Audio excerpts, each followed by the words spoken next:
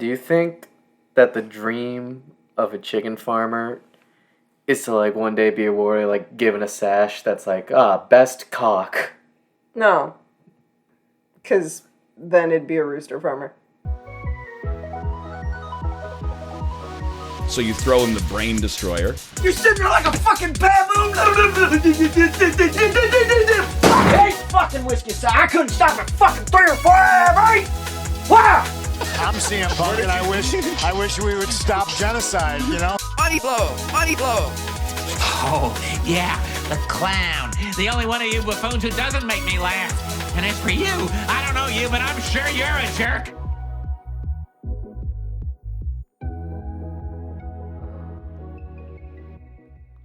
Welcome to the show. Winning time! Tapes! I need to put something up on Friday, I'm not gonna lie. That's fair. So I pulled up battles of figures of history. We're gonna give our opinion on who'd win. It's like super fight, epic rap battles of history, except there's no content. No. Why don't we start with... Okay, easy one. Nelson Mandela Yeah. or Homer? Simpson? I hope. No! Okay, let's answer that one first. I think you'd have to say Homer Simpson. What are we basing this on? Like, so this, to be clear, is not better person. This is more impactful. Yeah. This feels problematic. By just not saying the guy who ended apartheid? Yeah. Does Nelson Mandela just go all the way because it's like, well, hey, do you like apartheid? Yeah, probably. I mean, okay, so if we're basing this off of Homer, the storyteller, the Odyssey man, Yeah. Ulysses man, Mm-hmm. he's pretty impactful in the context of how, we perceive written word and unwritten word, as the case may be. Can I say it is more impactful than ending apartheid? Some people say that Nelson Mandela was a criminal for decades. I mean, he was in jail. Yeah. So, is that... I mean, I don't know. Run it back. What do you think? On the one hand, it's like Homer is credited with like first like kind of mainstreamish original stories. Yes, the first story ever told. And he came like before Plato and Socrates, so he's like first Greek figure you really point to. Yeah. On the other hand, Nelson Mandela doesn't have any skeletons in his closet and ended apartheid. Theoretically, yes. So it's like, I don't know, I feel like if I were to really think about it, if I also included the morality factor, Yeah. it's like the Buddha and then Mandela. Yeah. No, that's fair. It's hard to beat. So if we put Mandela above, that's, I think, a reasonable answer. But speaking as someone who believes the kind of stories are the lifeblood of my life, it brings me pain. Mm. Let's do a little lighter one here. Robert Downey Jr. or Bill Gates? Well, that's fucking difficult. I have to say Bill Gates. It's a rich white guy with glasses, or the guy who wants to play a rich white guy with glasses. Okay, but there's more to them than being... So here's my thinking, right? Mm-hmm. Robert Downey Jr., Iron Man, and many other things. But let's focus on the Iron Manning of it all. Okay. I am Iron Man. He played it well. Yeah. And that's the important thing. But they also wrote it well. It takes two elements to make a good character in a movie, right? Sure. And I think that while that's really impactful and really important, being a good actor and shaping a franchise, sure, you can say that Iron Man was like the most successful beginning of Marvel, doesn't necessarily compete with building the PC. Yeah. Creating the thing that is going to shape the world for the next, I don't know how long. Do you give Bill Gates that credit, or would you say that should be more Tim Berners-Lee, who's more associated with inventing the internet? I mean, a little bit of both, right? Like Tim Berners-Lee, in the context of inventing the internet, that's incredibly impactful. And if you put internet versus Gates, Yeah. right, which is also an interesting question, is the man who invented the internet more impactful than the man that invented what you need to use it on for the public eye? Yeah. There's also the fact that, like, what we call computers has lasted or has been around a lot longer than the internet.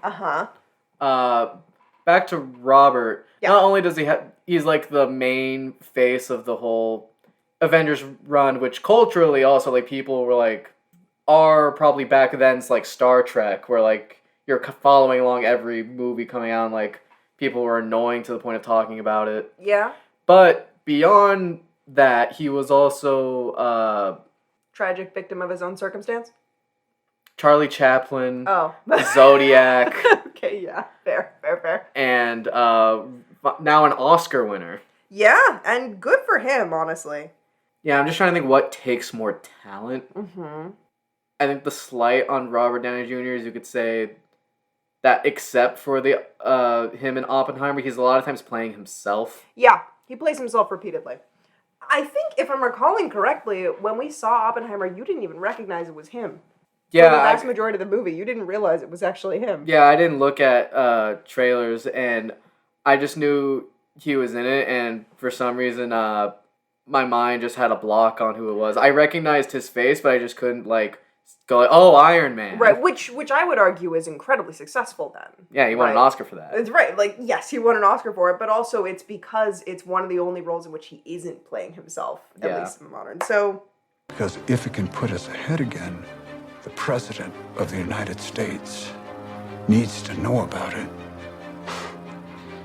And if the Russians know about it already from a spy at Los Alamos, then we gotta get going. There's no proof there was a spy at Los Alamos.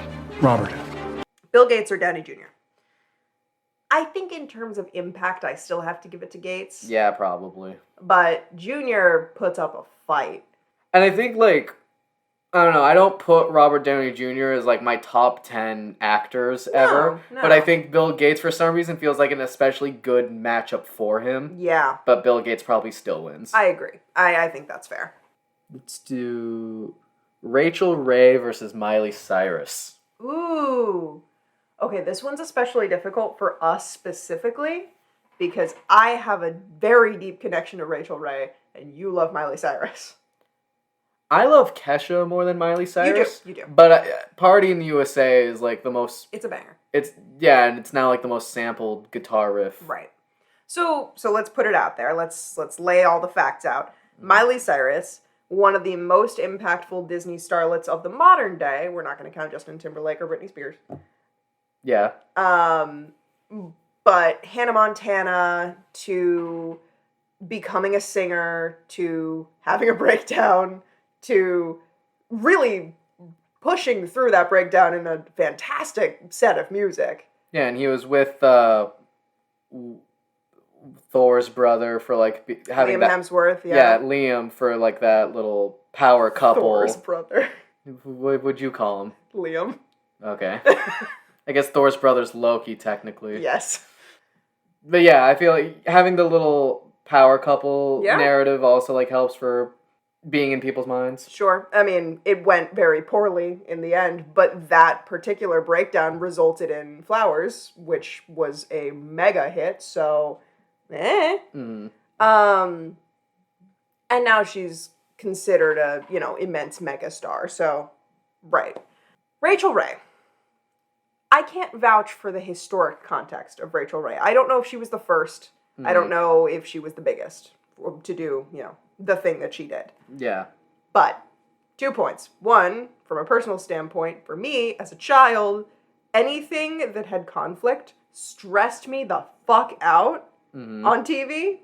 And in Rachel Ray, she would put the dish in the oven and it would come out perfect every single time. I watched so much Rachel Ray as a kid. And I actually kind of make it a credo that when I am cooking dinner, it really should be a 30-minute meal. Yeah. I think about that all the time. I think she's an immensely impactful chef into how home cooking is kind of done these days for people who watched it. Yeah. But I don't know that I don't know enough history about it to say it's more or less impactful than Miley. I think even not thinking of history, to me, in terms of like TV-based women in cooking, it's just Julia Child that people would probably think of before. Yeah. But then again, as you pointed out, like people probably point to Britney or Beyonce before you would say like, oh, Miley's the best. Sure. I mean, in fairness, depending on your Food Network saturation, right? You might think of, I don't know, Paula Deen, unfortunately, before. Let's not get into Paula Deen. I mean, Paula Deen. Well, I love butter, y'all. So do I. Keeps your skin moist. Is like one of the characters of Time. She is. And I'm not gonna lie, I loved watching her. Back before it turned out she was a problematic individual. So many things are. Well, the thing was with like, Paula Deen and saying the N-word, it's always the people you most suspect. It really is. But, okay, an obsession with cooking shows as a child sets you up for watching, like, people eat immense quantities of food on the internet now. I don't know what it was about the Paula Deen show that was just so enticing. I just wanted to watch her melt an entire stick of butter and pour it into a container and then eat it. Despite the fact that I'm so butter averse now in my own cooking. Yeah. Probably because of that. But No one wants to become a somehow both inflated and deflated balloon at the same time. Yeah. But we stand Bobby. Bobby Dean is cool. I think. I don't know. I think he's a good host for like the Holiday Baking Championship. Host. Bobby Dean. Okay. Miley Cyrus, Rachel Ray. Get Paula Deen out of here. Gosh.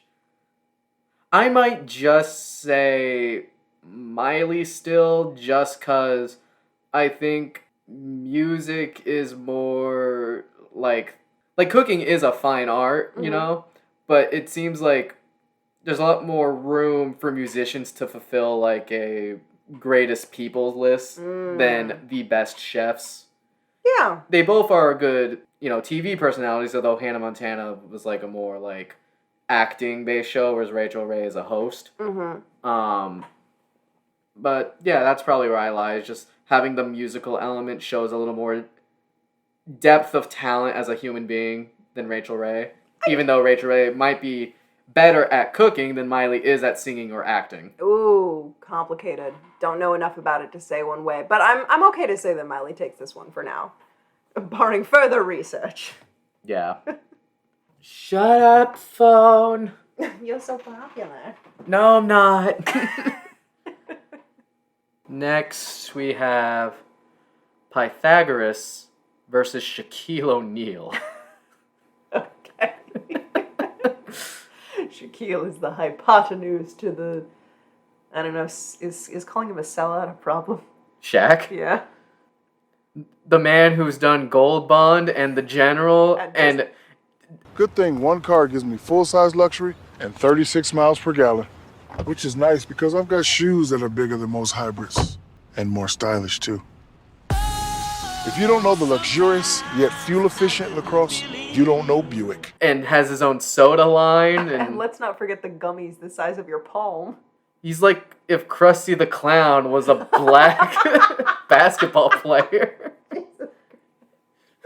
Okay. So, I don't know too much about Pythagoras in the context of his accomplishments beyond his theorem. Yeah. Right? The Pythagorean theorem is very important. Mm-hmm. But I do know that he was a bit of a whack job, and I can tell you why if you'd like to know. Yeah, sure. Again, it'll balance out the other whack job across the table. Okay. So, Pythagoras had a series of loyal followers, right? Yeah. They really, really thought he was the coolest. And he had a lot of very strict rules that he followed for his day-to-day thing, both in terms of like what he did and didn't do, but mostly his diet, right? Mm-hmm. Most of the people who were in Pythagoras's little, not necessarily, cult is the wrong word, but... His school. School, that's the right word, were vegetarian. Okay. They had very specific rules about eating certain things on certain days. Vi Hart has an amazing video on this. Highly recommend anyone looking up more about Pythagoras. Watch Vi Hart's video on why he was a weird guy. It's got fun illustrations. Here's the fun thing, though. Okay. Pythagoras did not like beans. Okay. And one can assume there's a couple of reasons for this. Perhaps it's because he just didn't like the taste. Maybe he just didn't want a schoolhouse full of, I believe the term is flatulating mathematicians. You know, there's plenty of reasons why. Here's the real one. Oh, okay. He had this whole thing about beans are the next closest thing to humans. From extensive testing, Pythagoras theorized that beans and humans come from the same thing. You want to know what the test was? Sure, go on. He crushed a bean and it smelled like cum.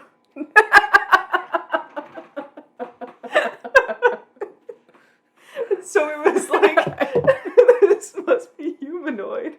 Well, I'm picturing like on Inside the NBA where Shaq says beans are the closest thing to humans, and Chuck just being like, "What the fuck? What is wrong with you?" And he's like, "Well, I crushed them with my hands, and they smell like gum." So he really didn't like them, and like forbade anyone from eating it. And I don't know if this is a myth or not, but when he died, he was being chased by this mob and actively ran into, apparently, a bean field, which he refused to cross because he determined it was better to be trampled by enemies than to trample on beans, and so they killed him. This, I don't know whether it's fully true or not. This is a myth to my understanding. Yeah, let me look at death real quick. Pythagoras is dead. Bean boy. Pythagoras, mathematician guy, obviously. Yep. But he also, did a bunch of earth stuff, too. Sure. He was what the ancients call a polymath, where they did a bunch of shit.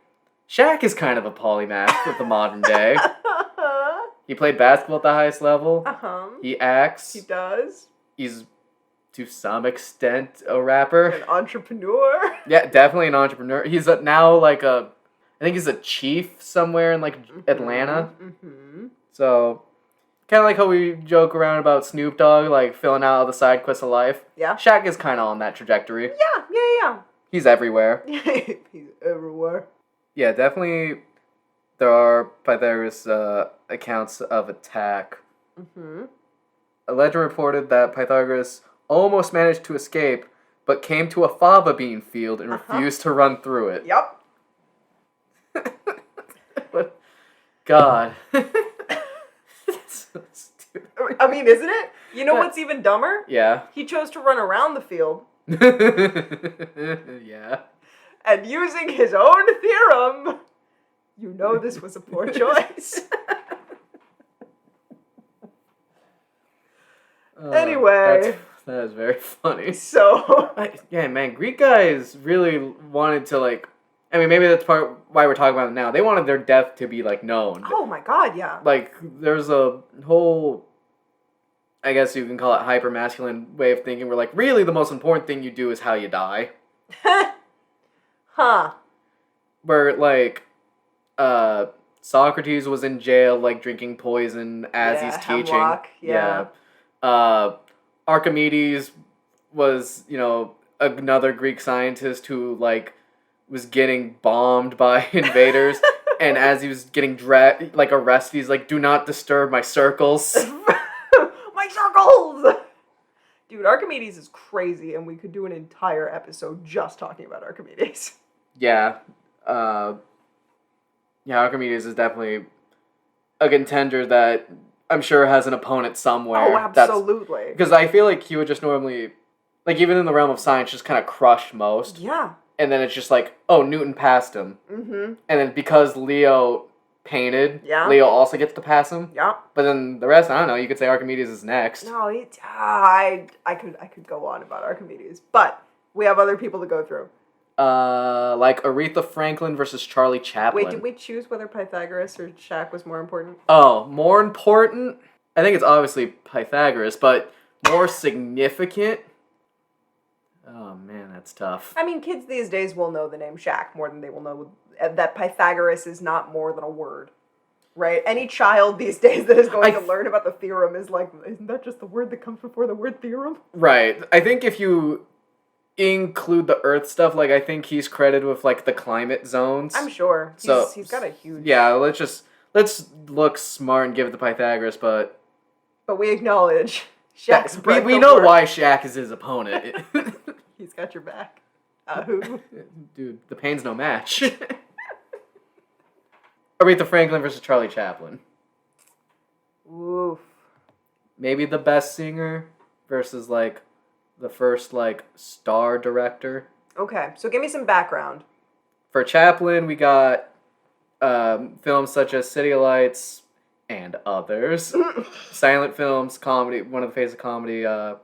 Had the toothbrush mustache before it became known as the Hitler stash. Mm-hmm. Famously refused to do sound movies by the time it was invented. That's cool. Just keeping to the art of silent films. Whereas Franklin, not much known with the pen. Uh-huh. Did a lot of covers, but you could counter that by like best to sing ever, possibly. Yeah. Can I really quickly non sequitur for just a second because something you said reminded me of something cool? Yeah. Spoilers here for part 1 of Wicked. Mute and pause if you do not want to hear. So... And then resume when we're done talking, and then you get the spoiler. Okay.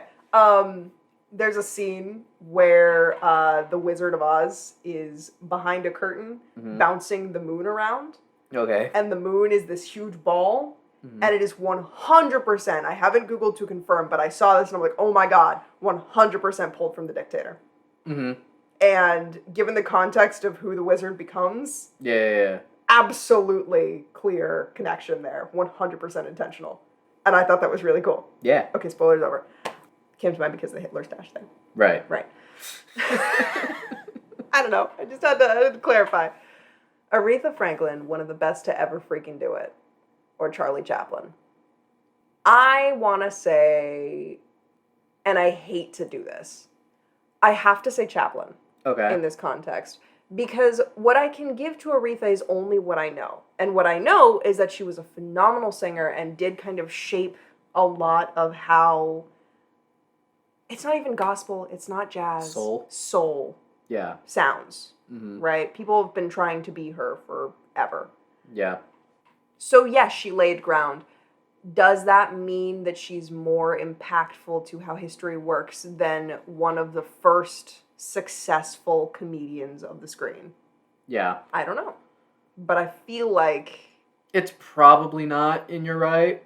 Especially as time goes on, it's much easier to consume Franklin's work. Mm-hmm. I don't know, I think there's a lot of people who would say, like, obviously Chaplin. Mm-hmm. I think it's a bit closer than that, because if we want to go in what is the best of the, like, black and white comedy era, I'd much rather watch, if we want to stick to just silent, Buster Keaton. Okay. I think early Laurel and Hardy. Oh, God, yeah. And then when you get into more sound, the Marx Brothers, I think all 3 of those examples to me is better than Chaplin, but Chaplin's movies are way more artsy and like made to be seen at the Academy. Yeah. Which is a different style than just me as a viewer watching it. Sure. So, tentative Chaplin? Yeah, I'd say a soft Chaplin. All right. Soft Chaplin. New fragrance for women. Chaplin. It would be called like Chaplin. Chaplin. Kim Kardashian versus Woody Guthrie. Excuse me. Pardon? A woman who got famous for essentially nothing. Yeah. And a man who worked himself to the bone to become a folk hero. Yeah. Now call me crazy. It's an uphill battle for Woody, I know. Just like everything else was. Okay. So let me give credit where it's due. I give the Kardashians a lot of shit, but I have seen a couple of things recently, and I have to acknowledge they're funny. They're funny people. And, like, intentionally funny. Yeah. Intentionally funny, intentionally good business sense, very good business sense. And, you know, starting with, I believe, a sex tape and becoming what they are now as what I can only describe as one of the first modern celebrities for the sake of celebrity. Yeah. Popular because they are popular. That takes work. It's very capitalist. It's very capitalist, and it is kind of the quintessential metaphor for capitalism in that context. Yeah. So a lot of credit there because that takes a lot of work. Yeah. That can't be easy. That said, I find it difficult to consider a tycoon of what we perceive to be modern capitalism to be more impactful than Woody Guthrie. Yeah. I don't know. I think Kim Kardashian is also, like, for many years, you know, a role model for women in America. Just like, this is how you be a woman in power. Not like Hillary Clinton. Just do the exact opposite of what Hillary Clinton does. I should have used 2 different email accounts, and I've said that that was a mistake. I'm sorry. I've taken responsibility. The American people are sick and tired of hearing about your damn emails. Yeah, I guess her, like, talent is, again, the business sense part of it. Because otherwise it's, like, being born with it, which a lot of figures on this list were born with it. Like, Shaq was born that with the height. Yeah, he was born with the tall. I mean, I don't know how much work Kim's had done, but she looks damn good. You give her credit. She looks damn good. And a quantity of it is probably natural. And she has, again, a legion of fans, like, especially from, like, 08 to, like, 14. Yeah. Like, those 6 years, like, people were obsessed with Kim. Sure. So with all that said, why do we pick Woody Guthrie? Why pick Woody Guthrie? Yes, because clearly we pick Woody Guthrie, but why? He has a couple songs that are like evergreen, that are just going to be around forever. I think this land is your it's more rewarding to the human spirit to pick Woody Guthrie. Kind of speaks more to, like, being a human. Because Kim K is, like, again, like, our Cleopatra. We're, like, impossibly far away. Yeah. This land was made for you and me. This Machine Kills Fascists was Woody's guitar. Oh, yeah. And that phrase was written on Woody's guitar, to be clear. That phrase is so unbelievably impactful, right? Because it is everything that Woody stood for. A non-violent way of removing fascism from his world, if at all possible, through music and folk songs and connection. Yeah. It is the quintessential meaning of that era. Yeah, and I think not just for folk, but that bleeds into other genres, and that's, like, kind of, like, his legacy as a musical artist, where, like, you know, Green Day is very, like, anti-Trump. Yeah, sure. Rage Against the Machine is fascism politics. Yep. Yeah, no, it lays groundwork, right? And his songs are timeless to the point where when I was little, I didn't know someone wrote them.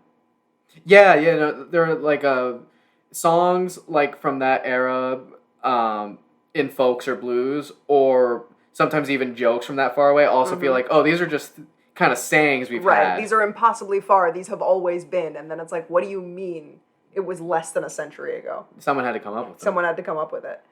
Also, I'm a little biased because I grew up listening to Arlo Guthrie, his son. And Arlo's music is absolutely hilarious. And so I listened to a lot of Woody Guthrie in the context of connection to my dad and my grandpa on my dad's side. But my kind of upbringing with Arlo Guthrie connected me through there. And I highly recommend anyone who's interested listen to The Story of Reuben Clamzo by Arlo Guthrie. A phenomenally silly song and very long, so save yourself, like, I think 10 minutes. Next is Wayne Gretzky versus Hans Christian Andersen. Are you familiar with both of them? Gretzky is the hockey player? Yes, he's the best hockey player of all time by a very large margin. Right.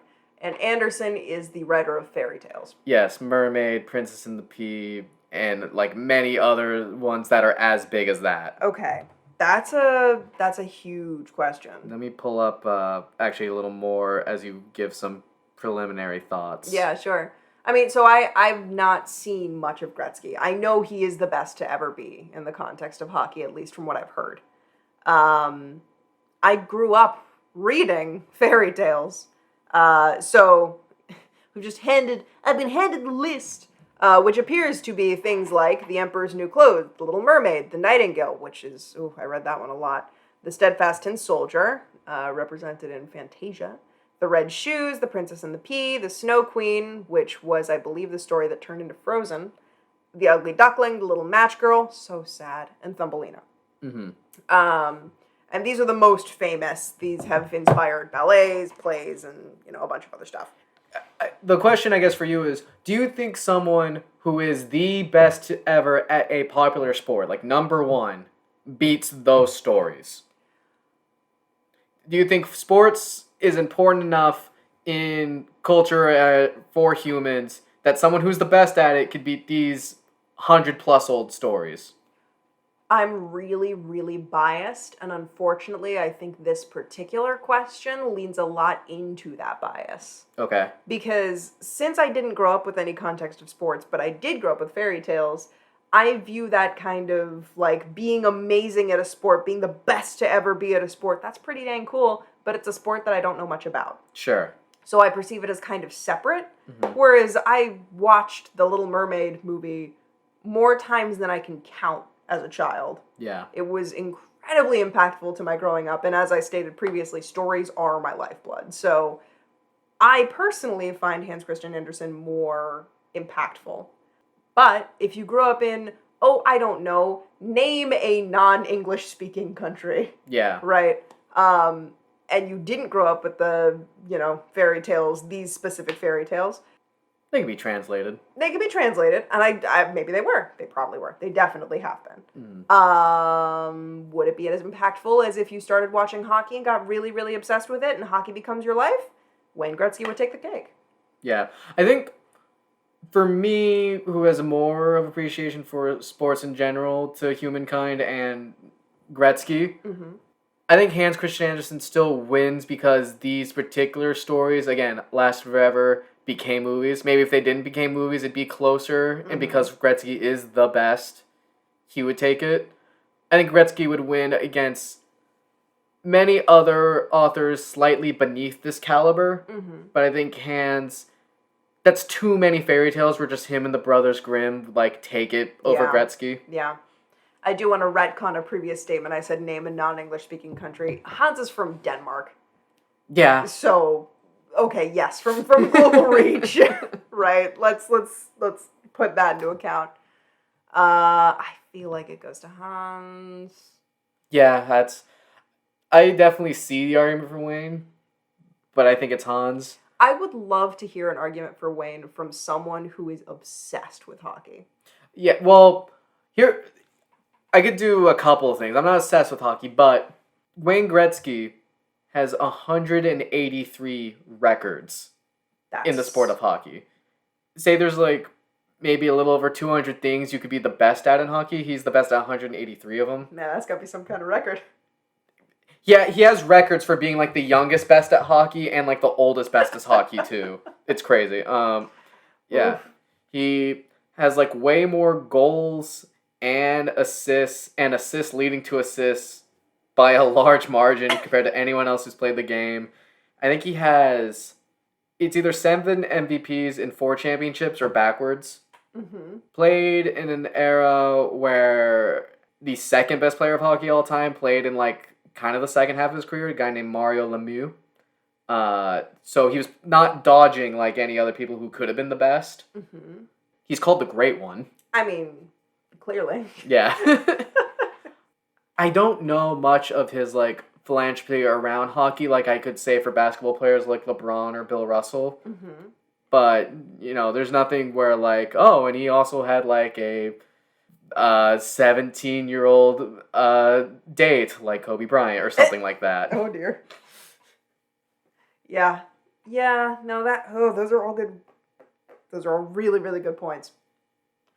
I think I stand my case. I think it's valid to keep it, but again, an author who is slightly not below that caliber, I would go Gretzky. I agree. I'm with you there.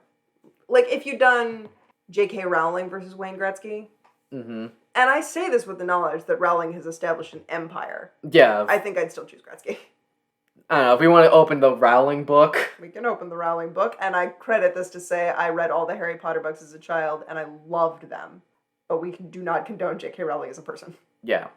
I understand, and I can't deny the people that love it, and people who even, like, go around their way to discredit Rowling as a human being to still like Harry Potter. Yeah. And she invented a world, like, an almost George Lucas-like world. Uh-huh. I just don't think the books are written as, like, well, compared to a lot of these other greats. Yeah. I think the story is good. I just don't think it's, like... You could say this for a lot of things, but it feels like a lot of pulled together from other stories as well as then just, like... But the setting is wizards, though. Yeah. No, it is very compelling. Mm-hmm. A lot of things about it draw you in very, very heavily. She establishes scene very well. She does very good work with tone. She has good character development and tends to not forget people. There were many, many reasons to enjoy the book series. You can also acknowledge that they're a young adult book series. Yeah. And they are not written like J.R.R. Tolkien. Sure, right? yeah. And I grant Tolkien's multitudes of pages on trees get exhausting. Yeah. But regardless of all of that, Rowling established an empire. She created a world that people are obsessed with. Even though I don't condone who she is as a person nowadays, I do still love the books and I do still feel connected to Harry Potter. Would I say that makes her more impressive than Wayne Gretzky? I don't think so. Yeah. So, anyway, little bonus round there. Does it surprise anyone that I used to be a Ravenclaw?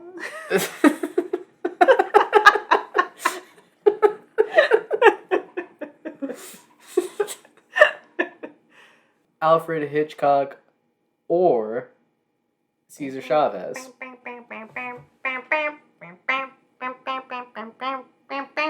I have not seen any movies by Alfred Hitchcock. I haven't seen too many, but I've seen, Psycho and this one called The Man Who Knew Too Much. And then the other one he's really known for is Vertigo. I've seen Birds. I know about these movies. Yeah. I have never seen them. Okay. But I can acknowledge in the context of modern understanding that Hitchcock is considered to be one of the most impactful directors, especially in the context of the thriller genre of all time. Yeah. Is that accurate? Yeah, suspense. He was the first king of suspense. Right. Suspense thriller man. So, him versus whom? Cesar Chavez. Oh. Political rights and freedom activist. Yes. Okay. Lay it out. So, Chavez, God, I'm going to sound real lacking of knowledge, but he created a union for, laborers on farmland in California. Okay. And they eventually did a march to Sacramento. Okay. I need to look up real quick just what the name of his union was. Yeah, Agricultural Workers Organizing Committee. Okay. And the United Farm Workers. Mm-hmm. Created these left-wing politics, and he became political ally with the Kennedys, because they're leftists, and he just wanted, rights for people who either were born in low-class families or, like, immigrants that weren't born in America. And eventually he got the California Agricultural Labor Relations Act of 75. Mm-hmm. A lot of typical, or I guess not typical, but activist versus a director, just two very different fields. Yeah, no, completely separate.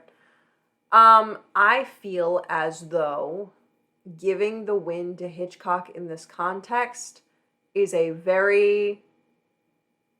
Is there another word for white and small-minded choice?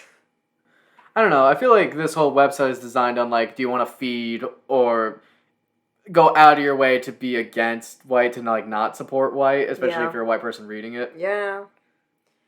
I mean, it's complex, right? Because I do want to say that from where I stand in my personal, career and path line, it's neither of these have actually had too much of an impact on me directly, because I haven't seen anything by Alfred Hitchcock beyond all of the pushes to parody from media.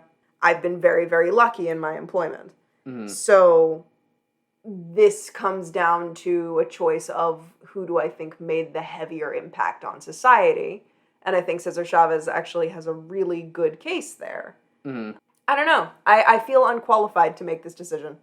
Cesar Chavez also had a couple of hunger strikes for waiting for lobbyists to see it his way, and also organized the Delano grape strike. Oh, cool.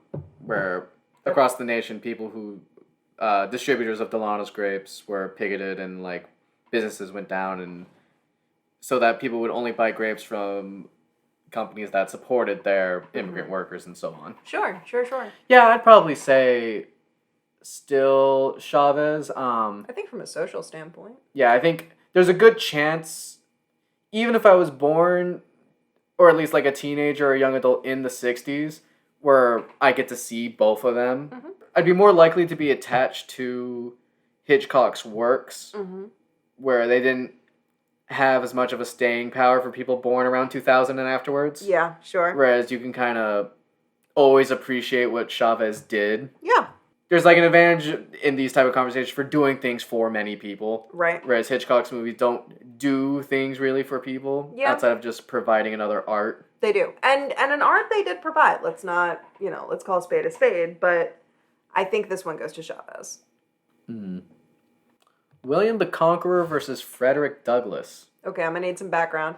All right, William Conqueror, all you really need to know, first king of England, he's from Normandy, and then he, as a bunch of England kingdoms were like small, or Anglo-Saxon kingdoms were small fighting, he conquered them all and like became the first king of England. Okay. And all the royal family goes back to him.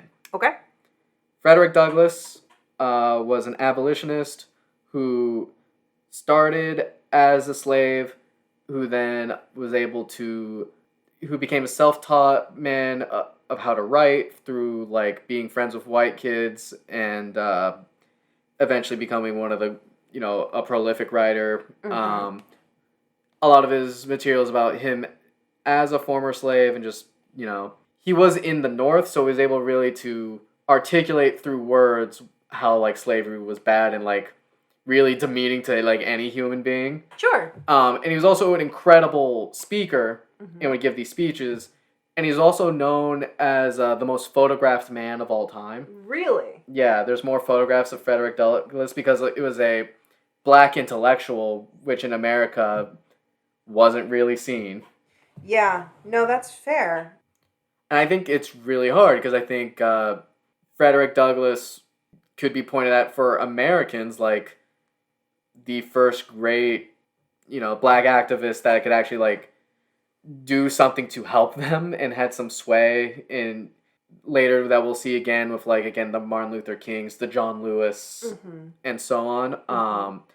Whereas the other guy conquered England in 1066 or whatever. So that we've had like 1,000 years of his family being like from that empire. I mean, and in that context, we have an incredibly impactful person in the context of monarchy versus a person who is incredibly impactful in the process of abolishing slavery. Yeah, and just liberation. And liberation in general. So this is complicated because as Americans, I think we have a different viewpoint. I think that in the context of the monarchy of England has done some impactful shit. Yeah. Right? Maybe nowadays they're more of a figurehead. Sure. But let's be clear, the quantity of... No, until, like, even through the 70s of Elizabeth II. Right.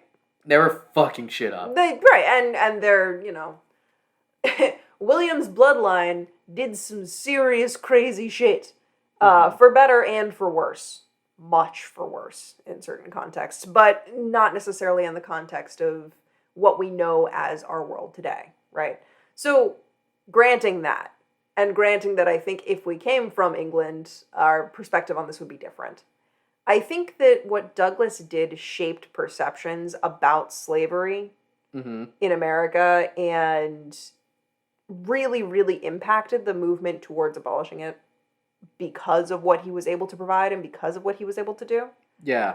So I'm very torn because part of me wants to be like, I think that that's really impactful and really important and really crucial to our very, very short, diminutive history.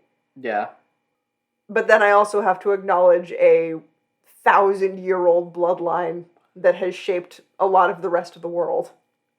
I think I'm more comfortable giving it to Douglas here because there's a case to be made, well, then you should only compare it to William, the first guy. Right, him himself. Which, again, he did maybe the most important thing of any of the kings, with the only argument being Henry VIII. Sure. Murder all them wives. Yeah. You sonless bitches.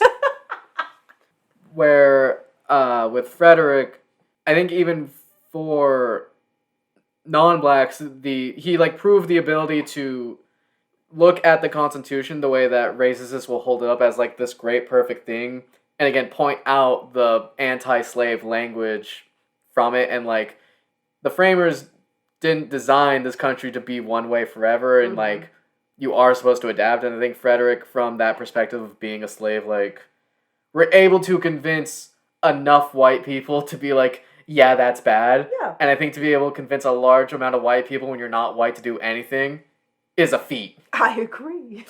I fully agree. So yeah, I think Frederick takes that one. Okay. One more good one. One more? All right. You have the website. You pick one out that you would want to talk about. All right. Freddie Mercury versus Frank Sinatra. A classic one. A very rare one for this, where it's actually in the same field. That's why I kind of felt like it's a good one to end on. Sure. My not fun answer is I think it's actually easily Frank Sinatra. Because you can make the argument of Freddie has way more vocal range. Yes, I'd argue he's a better singer. Right. But Frank as a star, because he was in a shit ton of movies, and for the 50s and really early 60s was way more of an icon to me.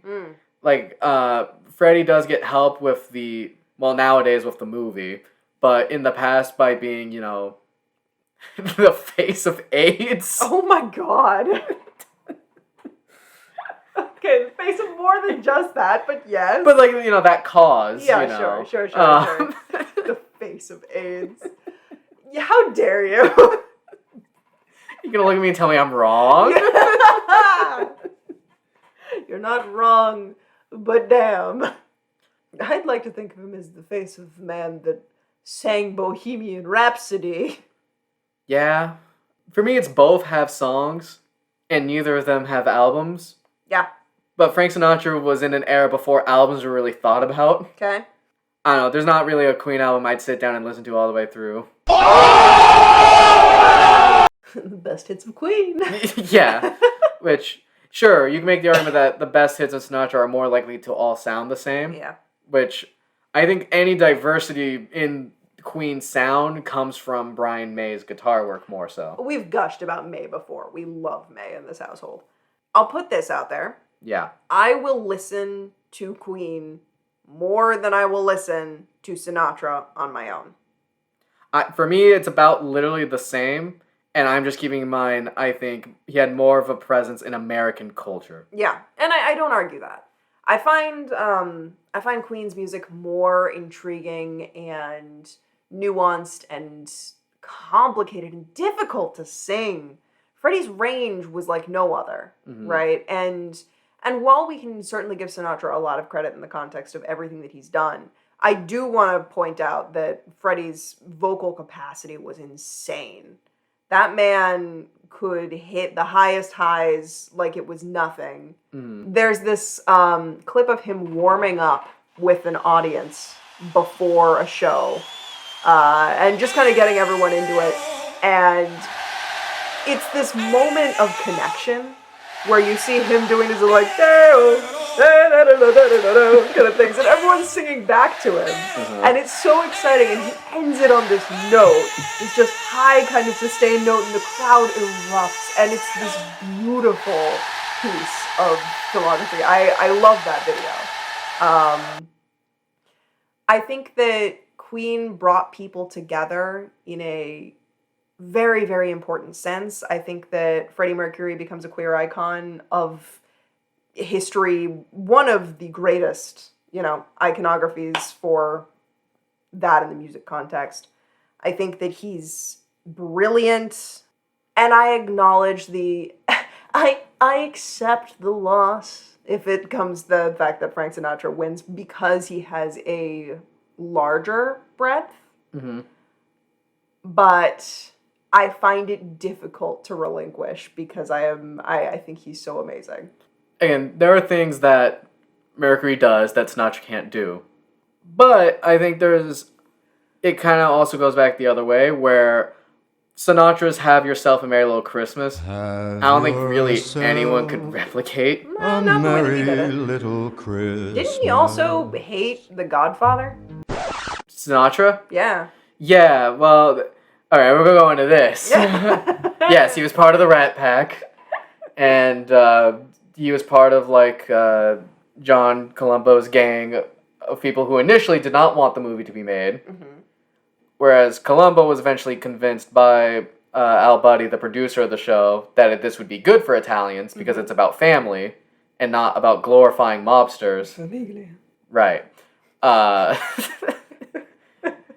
Some Italian Union men became okay with it, whereas Frank was still on the opposite gang and felt like this, because of the character in the book Godfather, Johnny Fonte, I think is his name, the character in the book, that's clearly supposed to be Sinatra, and it's no, fuck the Godfather, I'm not a underground prick, which, kind of was. Well, I can't choose my fans, especially ones that make up a story that insults Italians and a singer, world famous, who's a disgusting pervert and a faithless friend of criminals. Johnny Fontaine is a fictional character. You find me one book review in any language in the world that does not refer to the singer Johnny Fontaine as having been based on Frank Sinatra. Now get the fuck out of my sight before I have Jilly here smack some respect into you. I will not be threatened by anyone, okay? Including you, Mr. Sinatra. Oh, you want to cross me, you fat fuck, huh? And again,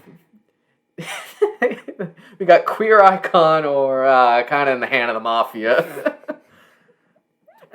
Along with, again, being treated as a movie star, he also had the Christmas shit. He did have the Christmas shit, which impacts you more than it does me, but... I think that impacts, again, the globe. Yeah, right, exactly. That's that. From a global standpoint, it probably impacts more. Yeah.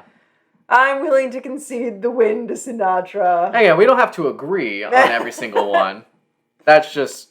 I think I still keep it as Freddie for me, but I'm okay to disagree that's fine. here. I think one thing you mentioned with the crowds, I think that's an important factor of Queen shows and Freddie's draw as a star. I do think it benefits from his prime being post 60s British invasion, whereas Frank's is before. That is true. That is very true. But, and another thing I like for Frank is that he had his prime run in the 40s and 50s. And then his best song, My Way, was in 69, which is after the Beatles are done. And My Way is so good. My Way is such an amazing song. And when done correctly, it brings the rafters down. Yeah. All right, fine. Fine. Again, I'm just engaging a little debate. A little friendly competition.